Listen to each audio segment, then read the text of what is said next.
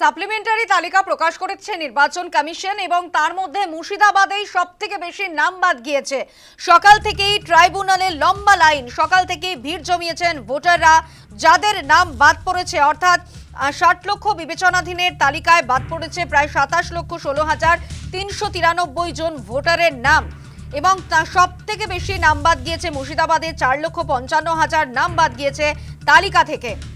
সকাল থেকেই লম্বা লাইন ট্রাইব্যুনালে, সকাল থেকেই ভোটাররা ট্রাইব্যুনালে তাদের ভিড় বাড়ছে। দেখাচ্ছি সেই ছবি, বহরমপুরের ছবি। ট্রাইব্যুনালে লম্বা লাইন বহরমপুরে। আপনারা জানেন যে ইতিমধ্যে 60 লক্ষের বিবেচনাধীনের নিষ্পত্তি হয়েছে এবং তাদের মধ্যে 27,16,393 জনের নাম বাদ গিয়েছে, যার মধ্যে মুর্শিদাবাদের সব থেকে বেশি নাম বাদ গিয়েছে বলে জানা গিয়েছে সাপ্লিমেন্টারি তালিকায়। 4,55,000 নাম বাদ গিয়েছে এবং যারা এই মুহূর্তে ট্রাইব্যুনালে সকাল থেকেই লাইন দিয়ে রয়েছেন, লম্বা লাইন, একেবারে ভিড় ভোটারদের, তারা কি বলছেন এ বিষয়ে শোনাবো। রাত্রি 4টে থেকে এসছি, আমাদের ভোটার তালিকা থেকে নাম কেটে দিয়েছে।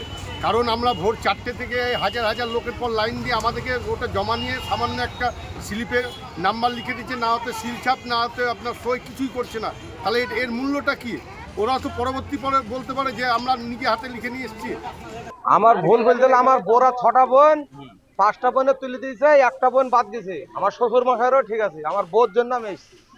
না পারলে কি করবো, ওরাই তো করছে, আমরা করছি না তো, ওদের হাত, আমাদের হাত নাই তো। ভোট দিতে না পারলে খারাপ লাগবে না? তো লাগবে তো, ওরাই তো করছে, ওদেরকেই তো ভোটটা দেবো। আমরা কাকে দেবো ভোটটা? ওদেরকেই দিব ভোটটা।